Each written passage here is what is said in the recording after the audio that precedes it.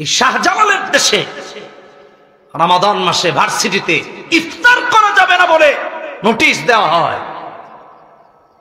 90% মুসলমানের দেশে এটা মুসলমানদেরকে অপমান করার সমান, এটা ধর্মীয় অনুভূতিতে আঘাতের সমান। আমার ভাইরা, আমি নিজে দেখেছি বিশ্ববিদ্যালয়ের ক্যাম্পাসে পূজা হয়েছে, পূজার জন্য মঞ্চ সাজানো হয়েছে, বিশাল বরাদ্দ পর্যন্ত খরচ করা হয়েছে, আর ইফতারি করা যাবে না। এরা কাকে খুশি করার জন্য কি করতে চায় আমি এত কিছু জানি না। আচ্ছা, এটা রাখেন, বিশ্ববিদ্যালয়ে কোরআন তেলাওয়াত করছে, তার উপর আক্রমণ করা হলো, চেহারা ফাটিয়ে দেওয়া হলো, একজন রোজাদারের চেহারা ক্ষতবিক্ষত করে দেওয়া হলো। এটা তো 1450 বছর আগের আবু জাহেল আবু লাহাবকে হার মানিয়েছে। এগুলো কারা করছে, কারা করাচ্ছে? আমি সুস্পষ্টভাবে আজকের এই মাহফিল থেকে বলে দিচ্ছি, যারা মুসলমানদের ইফতারিতে বাধা দেয়, যারা ইফতার করতে বাধা দিয়ে পূজা করতে উৎসাহিত করে, যারা মুসলমানদের ইফতারির আয়োজনে আক্রমণ করে, আমি ফতোয়া দিয়ে দিলাম এদের ঈমান থাকতে পারে না, ঈমান থাকতে পারে না। কোন মুসলমানের চরিত্র এটা হতেই পারে না। কার সাথে কি করছো, কাদেরকে খুশি করার জন্য এগুলো করছো? তোমরা যদি আল্লাহকে খুশি করতে চাইতে কখনো এগুলো করতে পারতে না। তোমরা তোমাদের পথকে খুশি করতে চাচ্ছ, তোমরা তোমাদের প্রভুদেরকে খুশি করতে চাচ্ছ, যাদেরকে দুনিয়ায় প্রভু বানিয়েছ। আল্লাহকে প্রভু বানাতে পারো নাই। অর্থকে প্রভু বানিয়েছ, ক্ষমতাকে প্রভু বানিয়েছ, টাকা পয়সাকে প্রভু বানিয়েছ। এই জন্য তোমাদের আজকের এই অবস্থা। মুসলমান কখনো এগুলো করতে পারে না, মুসলমান কখনো এগুলো করতে পারে না। আমার ভাইরা, সাহাবীরা নিজের ঈমানকে বাজি রেখে ইসলামকে প্রতিষ্ঠিত করেছেন, নিজের জীবনকে বাজি রেখে দ্বীনকে কায়েম করেছেন, ইসলামকে রক্ষা করেছেন। আর আপনি আর আমি টাকার জন্য নিজের ঈমান বিক্রি দিচ্ছি, আর তারা ইসলামের জন্য, ঈমানের জন্য সমস্ত কিছুকে বিক্রি দিয়েছেন, এমনকি নিজের জীবনকে। হ্যাঁ, মুমিন হলে তো এমনই হওয়া উচিত। কথা বলেন না? হ্যাঁ, মুমিন হলে এমনই হওয়া উচিত।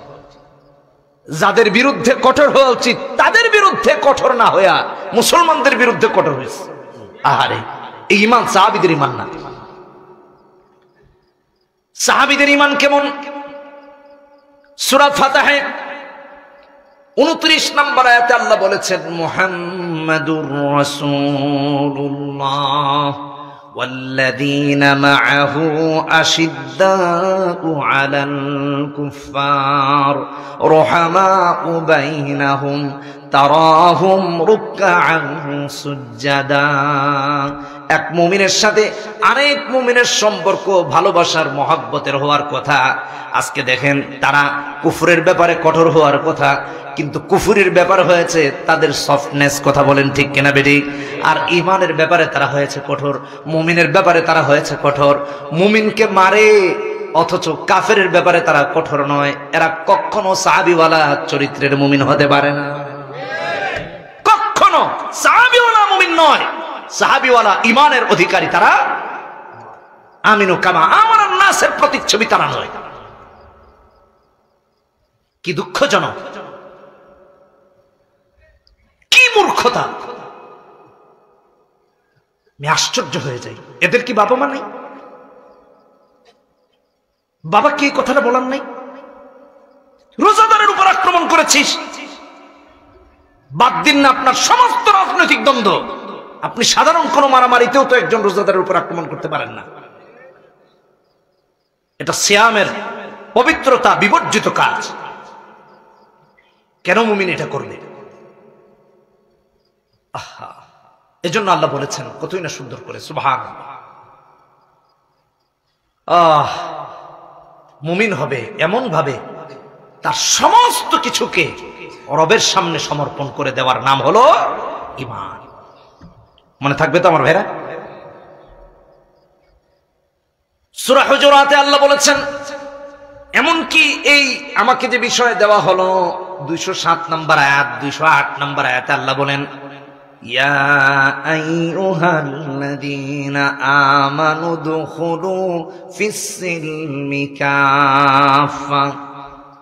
ইসলামের উপর পরিপূর্ণ অন্তর্ভুক্ত হতে বলেছেন আল্লাহ। নিজের সমস্ত কিছুকে পরিপূর্ণ রূপে রবের কাছে সমর্পণ করতে বলেছেন। জান মাল সবকিছু কার? জোরে বলেন কার?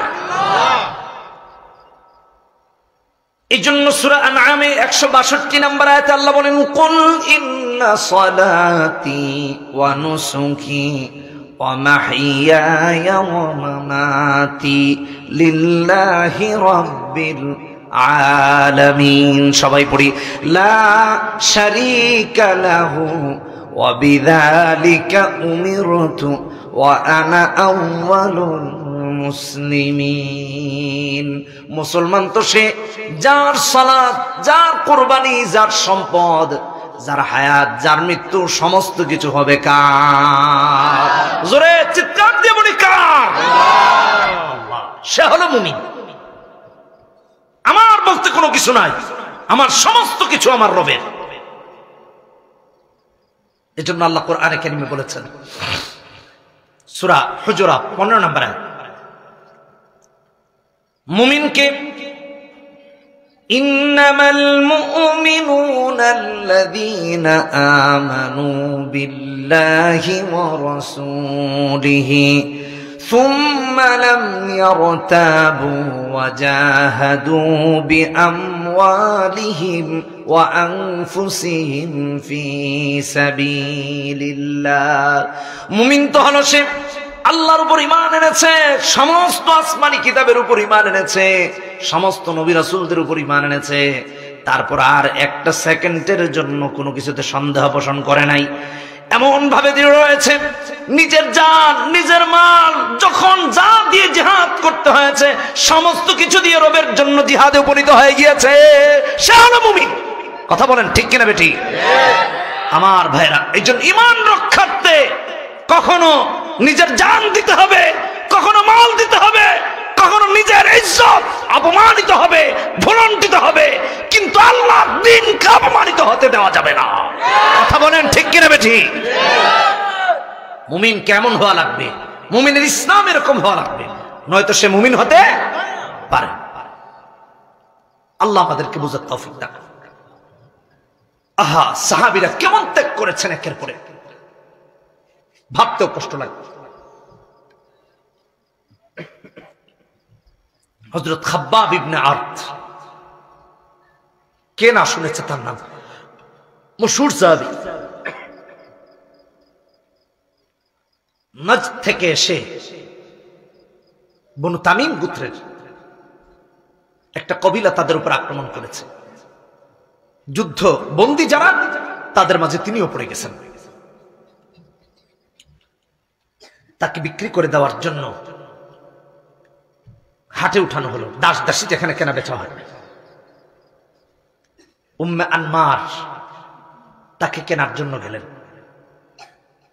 উম্মে আনমার গিয়ে তাকে কিনে ফেললেন, কারণ হযরত খাব্বাব সাধারণ কোনো মানুষ নয়, তাছাড়া তিনি যেহেতু ভবিষ্যতে ইসলাম গ্রহণ করে রাসূলুল্লাহ সাহাবীর মর্যাদা লাভ করবেন, তার চেহারায় তো সম্ভ্রান্ত, তার ছাপ, নূরের তাজাল্লি, এটা আল্লাহ তাআলাই দিয়ে দিয়েছেন।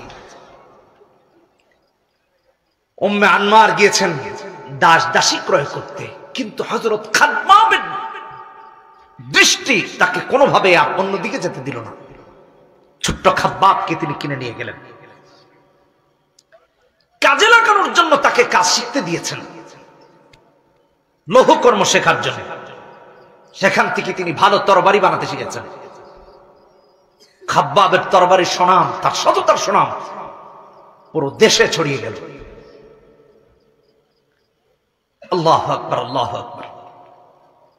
রাসূলুল্লাহ সাল্লাল্লাহু আলাইহি সাল্লামের কথা জেনে কালেমা গ্রহণ করে মুসলমান হয়ে গেছেন। অথচ একজন গোলাম ইসলাম গ্রহণ করে মুসলমান হয়ে গেছেন। ইসলাম গ্রহণের খবর যখন ছড়িয়ে পড়েছে, এমনকি সেটা প্রকাশ্যে, দুই শ্রেণীর মানুষরা এক শ্রেণীর মানুষ উৎসাহিত হয়েছেন, আর আরেক শ্রেণীর মানুষেরা খাব্বাবের উপর ক্ষুব্ধ হয়েছে। যারা কাফের তারা বলল, কত বড় সাহস খাব্বাবের, প্রকাশ্যে ইসলাম গ্রহণ করেছে, ওরা তো দেখে ছেড়ে দিতে হবে। আর আমার ভাইরা, আরেকটা গ্রুপ যারা কিনা ইসলাম গ্রহণ করেছেন কিন্তু প্রকাশ্যে বলতে পারেন না, তারা বললেন, খাব্বাবের মতো একজন দাস প্রকাশ্যে ইসলামের ঘোষণা দিয়েছে, যার বাবা এই দেশে নাই, যার মা এখানে নাই, যে আক্রমণের শিকার হলে প্রবেশ করার মতো কোনো কিছু নাই, তিনি যদি প্রকাশ্যে ইসলামের ঘোষণা দিতে পারেন, আমাদের এলাকা এটা, আমার আত্মীয় স্বজন এখানে, আমার বাবা মা এখানে, আমরা কেন ইসলামকে প্রকাশ্যে ঘোষণা দিতে পারবো না? আল্লাহু আকবার। খাব্বাবের থেকে তারা উৎসাহিত হয়েছে। ইসলাম গ্রহণ করার পর নির্যাতনের স্টিম রোলার হযরত খাব্বাবের উপর চালানো শুরু হলো। উত্তপ্ত বালুতে লৌহ বর্ম পরিয়ে হযরত খাব্বাবকে রেখে দেওয়া হলো,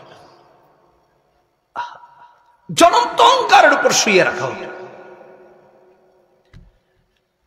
হযরত খাব্বাব নিজের শাস্তির কথা বলতে গিয়ে বলেন, কাফেররা ঈমান আনার অপরাধে আমাকে জ্বলন্ত অঙ্গারে শুইয়ে রাখতো, শুধু তাই না, আমার মাথার উপর গরম লোহা দিয়ে চাপ দিয়ে ধরে রাখতো। লোহার তাপে মাথার মগজে পর্যন্ত গিয়ে তার গরম অনুভূত হতো, চামড়াগুলো গলে গলে খসে খসে পড়ে যেত। এমন শাস্তি হযরত খাব্বাবকে দেওয়া হতো। হযরত খাব্বাব উম্মে আনমারের বিরুদ্ধে আল্লাহর কাছে অভিযোগ দায়ের করলেন, আল্লাহ আমাকে এত কষ্ট দিচ্ছে, তুমি এর বিচারটা করো। উম্মে আনমার এক পর্যায়ে অসুস্থ হয়ে পড়লো, হযরত খাব্বাবের অভিশাপ লেগে, বদদুয়া লেগে গেছে। রাসূলুল্লাহর এই সাহাবীর অভিশাপে উম্মে আনমার এমন অসুস্থ হলো, তার মাথায় এমন এক অজানা ব্যথা পেয়ে বসেছে। চিকিৎসকদের কাছে যখনই যায়, চিকিৎসকরা বলে মাথায় গরম ছেকা দিতে। খাব্বাবের মাথায় গরম ছেকা দিত, তো এখন তার মাথায় এটা পাল্টা এসেছে। এই জন্য বলতে চাই, মুসলমানদেরকে যদি মেরে মেরে আহত করো, মনে রেখো আল্লাহ তোমাদের চেহারা একদিন বিকৃত করে দিবে। সাবধান! কার গায়ে কিসের ভিত্তিতে হাত তুলেছ?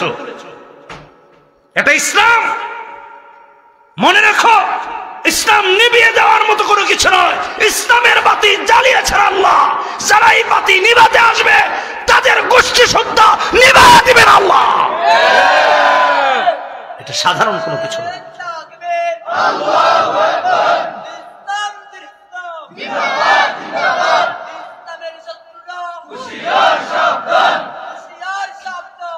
আমার ভাইয়েরা, হযরত খাব্বাব ঈমান আনার অপরাধে তার উপর যে সমস্ত জুলুম করা হলো, উম্মে আনমার এক পর্যায়ে তার অভিশাপে এরকম ধ্বংস হয়ে গেল। মাথায় এমন ব্যথা শুরু হলো, ডাক্তাররা বললো আরো গরম তাপ দাও। গরম তাপ দিতে দিতে এমন অবস্থা হলো, মাথায় আঘাত করে মাথায় তাপ দে। যতক্ষণ এগুলো করে ততক্ষণ পর্যন্ত মাথার ব্যথাটা থেকে একটু শান্তি পায়। এইভাবে করেই তার মৃত্যু হয়েছে। আল্লাহু আকবার। হযরত খাব্বাব এক পর্যায়ে হিজরত করে মদিনায় চলে গেলেন। নবীজির সঙ্গে ছিলেন সারাক্ষণ। নবীজির ইন্তেকাল হয়ে গেল। হযরত উমরের জামানায় একবার হযরত খাব্বাব খেলেন, আমিরুল মুমিনিন হযরত উমর। হযরত খাব্বাবের কোরবানির কথা সমস্ত সাহাবীরা যেহেতু জানতেন, হযরত খাব্বাবকে ওমর উঁচু জায়গাতে বসার জায়গা দিলেন। কারণ হলো হযরত খাব্বাব ইসলামের জন্য যে সমস্ত কষ্ট করেছেন তা ওমর করেন নাই। উঁচু জায়গায় বসতে দিয়েছেন সম্মানের সাথে। হযরত খাব্বাব সেখানে বসেছেন। হযরত ওমর বললেন, খাব্বাব আপনার উপর তো অনেক জুলুম হয়েছে, অনেক নির্যাতন হয়েছে, একটু বলেন না নির্যাতনের দশাটা কেমন? হযরত খাব্বাব চিন্তা করলেন, ইসলামের জন্য এত কষ্ট করেছি তা আবার বলবো নাকি? তিনি বলেন না লজ্জায়। বারবার যখন পিড়াপিড়ি করা হলো, হযরত খাব্বাব নিজের পিঠের কাপড়টা একটু উল্টায়া দেখালেন। হযরত ওমর দেখে কান্নায় ভেঙে পড়েছে। হযরত ওমর এই চিত্র দেখে কান্নায় ভেঙে পড়েছে। পিঠে গোশত বলতে কিছু নাই, হাড্ডিগুলো বের হয়ে আছে। ওমর বলেন, খাব্বাব এই অবস্থা কেন? আপনার পিঠে তো কোনো গোশত খুঁজে পাই না, এই ভয়ঙ্কর চিত্র কেন? হযরত খাব্বাব বলেন, কাফেরেরা জ্বলন্ত অঙ্গারে আমাকে শুইয়ে রাখতো, তারপর চেপে ধরে রাখতো পাথর দিয়ে। গোশতগুলো খসে খসে আগুনে পুড়ে পুড়ে যতক্ষণ না জ্বলন্ত অঙ্গার না নিভে যেত ততক্ষণ পর্যন্ত তারা আমাকে চেপে ধরে রাখতো। ভাইরা আমার, ومن الناس من يشري نفسه ابتغاء مرضات الله والله رؤوف بالعباد। সাহাবীরা আল্লাহর সন্তুষ্টির জন্য, আল্লাহকে পাওয়ার জন্য নিজের জীবন, নিজের জান, নিজের মাল, নিজের সর্বস্বকে বিকিয়ে দিয়েছেন, তারা হলেন সাহাবী। যারা প্রকৃত মুমিন তারা ইসলামের জন্য সমস্ত ত্যাগ, সমস্ত কুরবানি করে। ঠিক কিনা বেঠিক? জোরে বলে করে কি করে না? জোরে বলেন না, করে কি করে না? আমরা করতে রাজি আছি তো ইনশাআল্লাহ। আল্লাহ তৌফিক দান করুন। অন্যান্য সাহাবীরাও এরকম বহুত নজরানা দিয়েছেন। আহা, হযরত ইয়াসির ইবনে আমের, কে না জানে তার কথা? ইতিহাসে অমর হয়ে আছেন তারা। সোনালী অক্ষরে সেই ইতিহাস লিপিবদ্ধ, কিয়ামত পর্যন্ত সুরক্ষিত থাকবে। তাদের সম্মান আল্লাহ আকাশচুম্বী করে রেখেছেন কিয়ামত পর্যন্ত। আমার ভাইরা, ইসলাম গ্রহণ করেছেন, ভালো করে বুঝুন, ইসলাম গ্রহণ করেছেন। তার দুই ভাই মালিক এবং হারেস দুজন হারিয়ে গিয়েছিল, তাদেরকে তালাশ করতে করতে মক্কায় এসেছেন। মক্কা এসে মক্কার সমস্ত কিছু ভালো লেগে গেছে, ওখানে থেকে গেছেন। সুবহানাল্লাহ।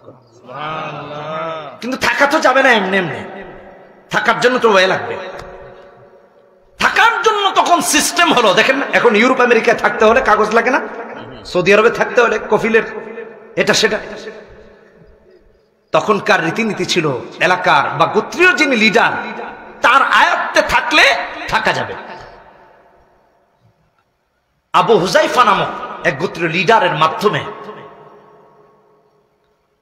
ইয়াসির ইবনে আমের থেকে গেলেন মক্কায়। তিনি যখন তার বিশ্বস্ত বাজন হয়ে উঠলেন, তখন তাকে আবু হুযাইফার একজন দাসী হযরত সুমাইয়া রাদিয়াল্লাহু তাআলা আনহা, তার সাথে বিবাহ বন্ধনে আবদ্ধ করে দেওয়া হয়। তাদের ঘরে একজন সন্তান আসলো, যিনি আম্মার। সুবহানাল্লাহ। আম্মার ইবনে ইয়াসিরের জন্য রাদিয়াল্লাহু তাআলা আনহুমা, বাবাও সাহাবী, তিনিও সাহাবী। আম্মার ইসলামের কথা শুনে রাসূলুল্লাহর কাছে গিয়ে কালেমা পড়ে মুসলমান হয়ে গেছেন। এই ইতিহাস অনেকে জানে না, আগে কিন্তু ছেলে হয়েছেন মুসলমান। তিনি গিয়ে তার মাকে দাওয়াত দিলেন, তিনিও ইসলাম গ্রহণ করেছেন। তিনি তার বাবাকে ইসলামের দাওয়াত দিলেন, তিনিও ইসলাম গ্রহণ করেছেন। এক পর্যায়ে তো তার মাকে শহীদ করে দেওয়া হয়, তীর নিক্ষেপ করে লজ্জাস্থানে তলপেটে। এই ব্যাখ্যাও আছে, তাফসীরে কুরতুবী এসেছে। আবু জাহেল ওখানে গিয়েছে, দুটি উটের সাথে দুই পা বেঁধে দিয়ে শরীরকে দ্বিখণ্ডিত করে দেওয়া হয়েছে। হযরত সুমাইয়া রাদিয়াল্লাহু তাআলা আনহা, হযরত ইয়াসির ইবনে আমের, তারা तमाम পৃথিবীবাসীকে দেখিয়ে গিয়েছেন যে সমস্ত কুরবানি ইসলামের জন্য করা যায়, ইসলামকে বাতিলের হাতে অরক্ষিতভাবে ছেড়ে দেওয়া যায় না। আমার ভাইরা, আমাদের দাওয়াত হলো ইফতারি করতে দেওয়া হোক বা না হোক, আঘাত করা হোক আর না হোক, আমাদের উপর জুলুম আর নির্যাতন করা হোক, প্রয়োজনে ইসলামের জন্য জান দিব, মাল দিব, প্রয়োজনে জিহাদ করব, বাতিলের কাছে মাথা নত করব না। কে কে রাজি আছেন? হাত তুলে দেখায় দেন মুসলমান, হাত তুলেন। সবাই ওয়াদা করি, বলি হে আল্লাহ, ওয়াদা করতেছি যতদিন বেঁচে থাকবো কোরআন সুন্নাহ মেনে চলবো। হে আল্লাহ, তোমার দ্বীনের জন্য মুজাহিদ হিসেবে আমাদেরকে কবুল করে নাও। সবাই বলি আমিন, সবাই বলি আমিন। হাত নামাই পড়ি আস্তাগফিরুল্লাহ, ইন্নাল্লাহা গফুরুর রহিম। সুবহানাল্লাহি ওয়া বিহামদিহি, সুবহানাকাল্লাহুম্মা ওয়া বিহামদিকা, আশহাদু আল লা ইলাহা ইল্লা আনতা, আস্তাগফিরুকা ওয়া আতুবু ইলাইক। আমরা তো আর আব্দুল সালাম ভাই বলছে আরো বেশি সময় 12টা-10টা বাজতে পারে। আমি তো ওইভাবেই ওয়াজ করতেছি। এখন শুনলাম গাড়ি নাকি ছেড়ে দিয়েছে, হয়তো বা রমজানের কারণে একটু আগে আগে ছেড়ে দিয়েছে, অসুবিধা নাই। তো ইনশাআল্লাহ আমরা যেগুলো শুনলাম আমরা আমল করব, ইমানই জজবা রেখে মৃত্যু পর্যন্ত চলবো ইনশাআল্লাহ ইনশাআল্লাহ।